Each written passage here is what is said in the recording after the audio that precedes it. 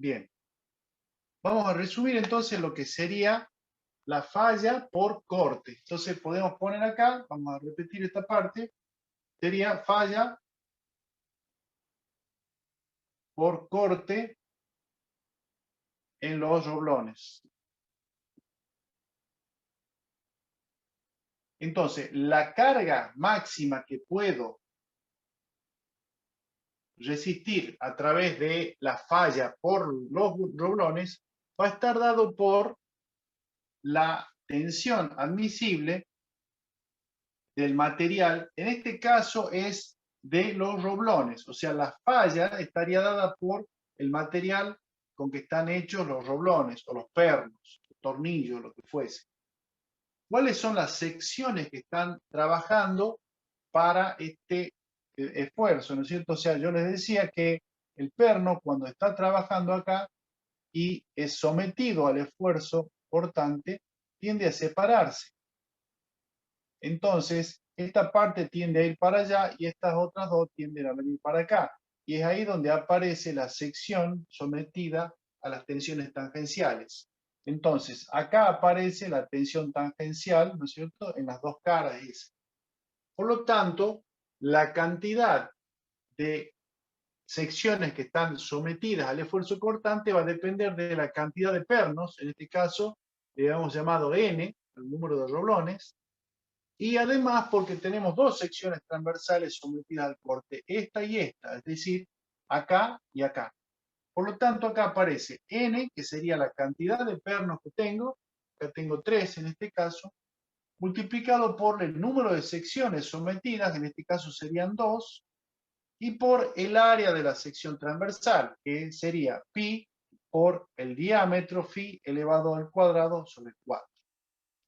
Entonces, si yo asumo de que el material con que está constituido el perno tiene una tensión admisible, y yo llego a que tengo n secciones, perdón, n pernos multiplicado por, en este caso, 2 secciones, por el área de cada una, me va a dar la fuerza máxima que puede transmitir la unión debido a esa falla.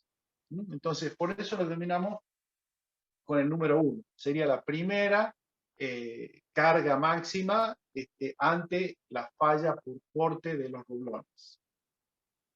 Bien, ¿qué pasa ahora si es que la unión falla por lo que denominamos aplastamiento?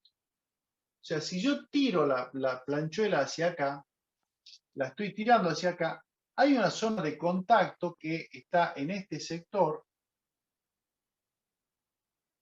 en los pernos. Si yo tiro de este otro lado, ¿no es cierto? Esa zona que si yo la quisiera representar estaría en esta parte. Cuando la tiro hacia acá, tiende a aplastarse la chapa en esa zona de contacto. Y la otra que tira para aquel lado tiende a aplastarse en esta zona.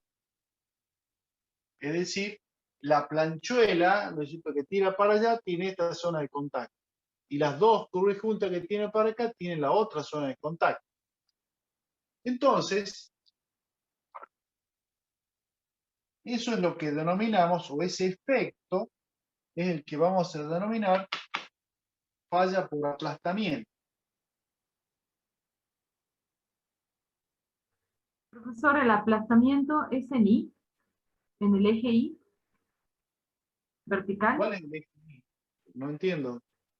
En el eje Y vertical. O sea, el aplastamiento es en el eje vertical. Es en toda la superficie. Mira, si yo tengo, supongamos que este es el perno, acá está la chapa, ¿no es cierto? Esto sería nuestra chapa.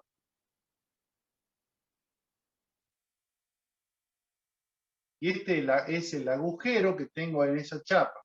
O sea, acá estaría mejor para que lo veamos. Supongamos que esto es el centro, acá estaría el roblón y acá estaría el agujero. O sea, esto sería el agujero en la chapa. Cuando el roblón está adentro y tiro hacia allá, toda esta zona, o sea, todo esto, toda esta parte queda en contacto y se forma una zona de tensiones, de presiones sobre la chapa. O sea, cuando el roblón presiona, ¿no es cierto?, tiro para aquel lado la chapa, el roblón pega contra esta cara. Entonces se genera una zona de contacto que en realidad, si yo la dibujo así en planta, acá lo tengo al roblón, esta zona es la que estaría sometida a ese estado tensional, en donde esta dimensión, ¿no es cierto?, de acá hasta acá es el diámetro, y en la altura tengo el espesor de la chapa. Entonces, la zona de contacto, si bien la tensión es variable, ¿no es cierto?, en el sentido que yo estoy acá cerca de la tangente, la tensión acá es nula y va creciendo a medida que me muevo para llegar a ser máxima en el punto de contacto acá. Pero nosotros hacemos una equivalencia y suponemos que la tensión se mantiene uniforme y es lo que denominamos como tensión de aplastamiento. Entonces, ¿cuál es el área que está sometida a ese efecto? Va a ser el diámetro del perno por la altura o del espesor de la planchuela. Entonces, definimos tensión de aplastamiento, sigma de aplastamiento, como la fuerza que tenemos actuando acá sobre el área. Y el área de aplastamiento va a ser igual a el diámetro phi multiplicado por el espesor. Ese sería, ¿no es cierto?, el efecto que denominamos como aplastamiento, o sea, una fuerza dividida en área. Esto es una tensión de tipo normal también. Una fuerza actuante sobre un área que está definida por el diámetro del perno y el espesor de la planchuela. Entonces, ¿cuál será la máxima capacidad que tiene esa unión para absorber el esfuerzo cortante? El esfuerzo de aplastamiento. Vamos a ver.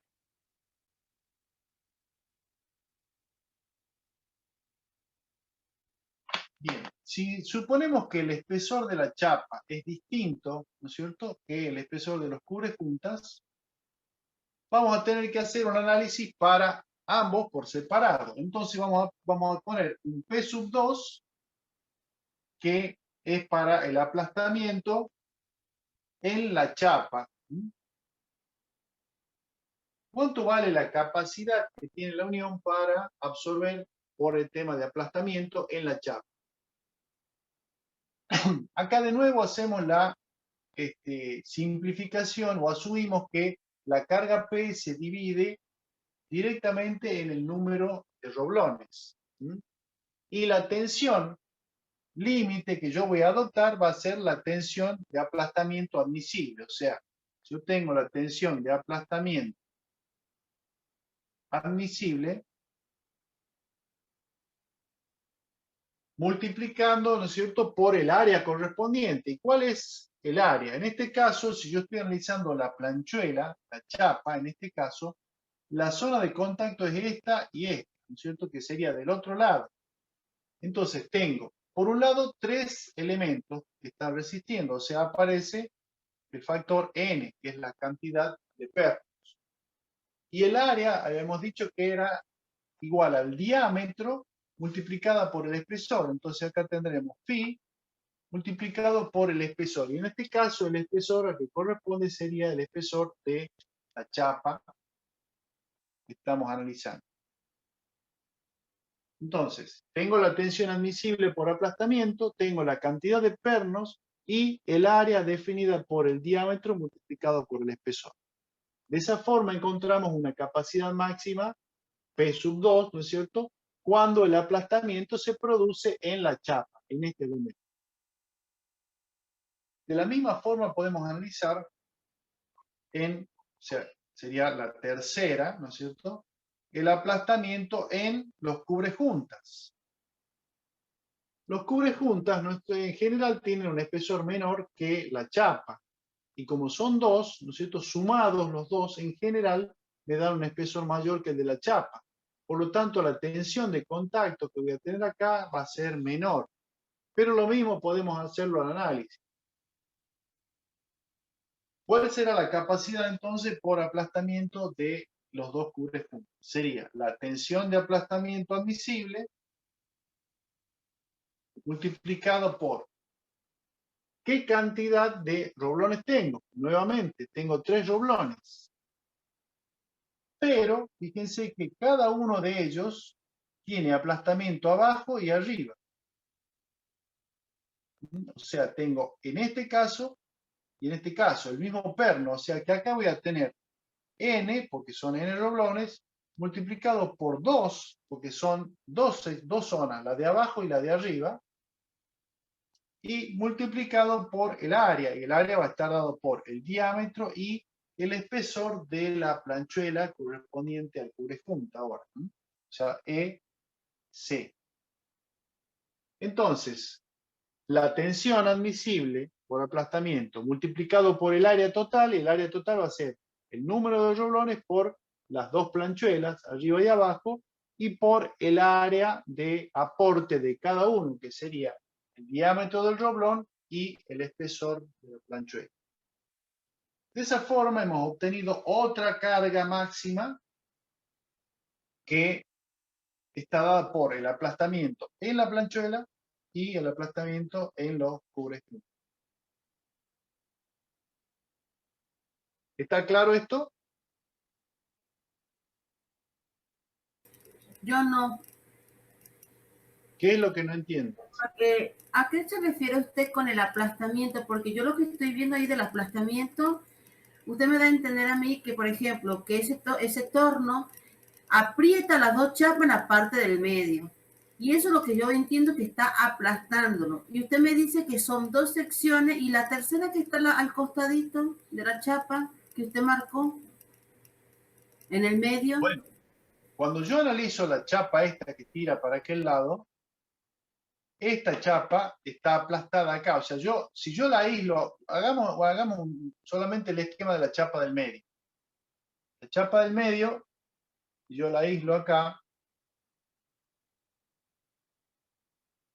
Esta tiene un espesor igual a E de la chapa. Tomo uno solo de los pernos como ejemplo. El perno que está acá. Ese perno está en contacto en esta zona. O sea, cuando yo tiro de la chapa para allá, el perno tiende a irse para el otro lado, entonces la aplasta en esta zona y en la altura. ¿Eso está claro? Entonces lo aplasta en la parte transversal de la chapa, donde está el huequito ahí. Eso es lo que me da a entender.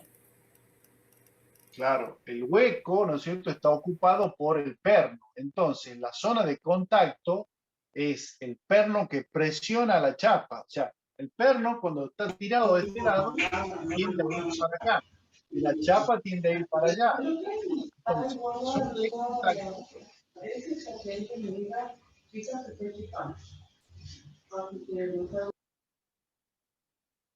en la zona de contacto es donde se produce el aplastamiento. ¿Está?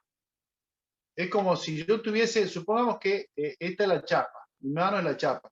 Yo tiro del perno para acá, cuando tiro tiende a apretarse sobre este lado. Entonces estoy tirándolo para acá y lo estoy aplastando a la chapa en esta cara. Y ese aplastamiento se genera en el diámetro del perno y el espesor de la chapa. Ahora, cuando analizo la otra parte, que sería las dos chapas estas por separado, si yo la dibujo acá arriba, la otra chapa,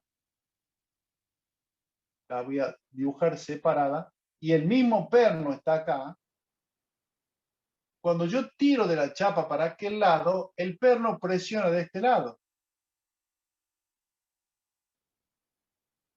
Entonces, la zona de aplastamiento, ¿no es cierto?, está